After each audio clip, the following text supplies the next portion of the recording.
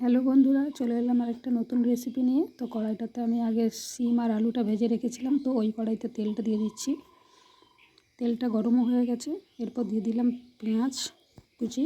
এটা একটু ভেজে নিই হালকা করে, আপনারাও এভাবে ভেজে নেবেন।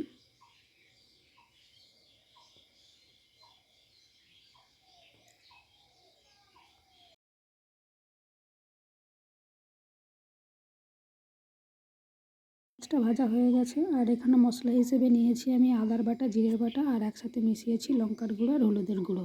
এটা আমি এই পেঁয়াজের মধ্যে দিয়ে দেবো। দিয়ে অল্প কিছুক্ষণ এটা ভাজবো।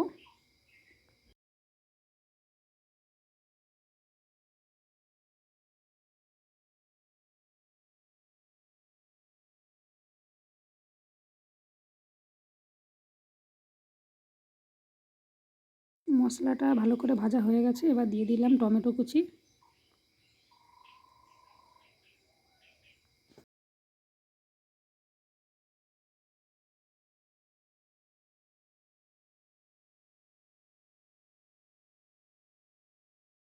এরপর দিয়ে দিচ্ছি সামান্য পরিমাণ জল, যাতে মশলাটা পুড়ে না যায়।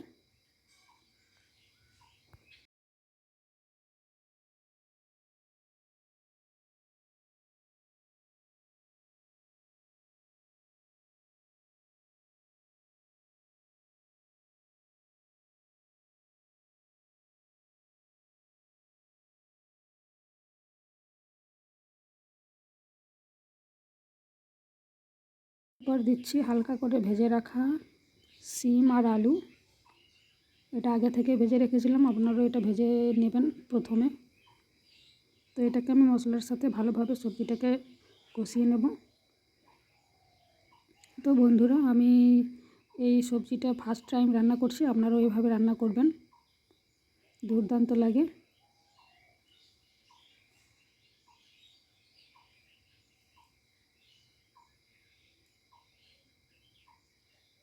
অল্প সময়ের মধ্যে একদম কম মশলাতে এভাবে আপনারাও রান্না করে নিতে পারবেন, হাতে সময় না থাকলে। তো বন্ধুরা, যেহেতু আমি এই রান্নাটা একটু মাখা মাখা টাইপের করব, তো সেই কারণে আমি এতে অল্প পরিমাণ জল দেব, বেশি পরিমাণ জল দেব না। তো কষানো হয়ে গেছে সবজিটা। এরপর আমি দিয়ে দিলাম ধনেপাতা কুচি। এটাও এর সাথে আমি ভালোভাবে মিক্স করে নিচ্ছি।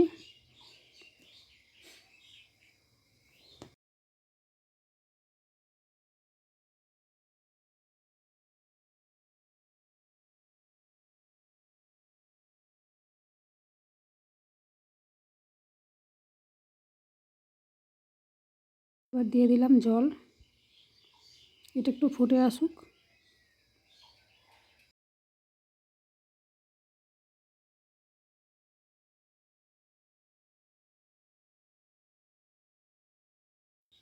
তো রান্নাটা আমার প্রায় শেষের মুখেই। এবার আমি দিয়ে দিচ্ছি ডিম ভাজা।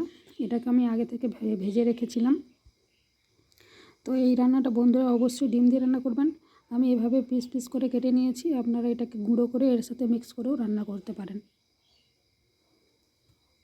তো বন্ধুরা, ভালো লাগলে অবশ্যই লাইক, শেয়ার, কমেন্ট করতে ভুলবেন না, আর সাবস্ক্রাইব করে পাশে থাকুন।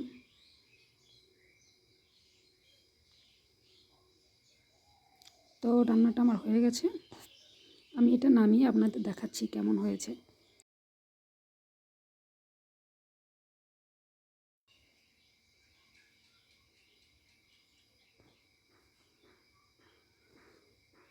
তো বন্ধুরা, এবার আমি এটাকে নামিয়ে নিয়েছি, দেখুন কীরকম হয়েছে দেখতে। আপনারাও এভাবে রান্নাটা করে নেবেন। Thank you.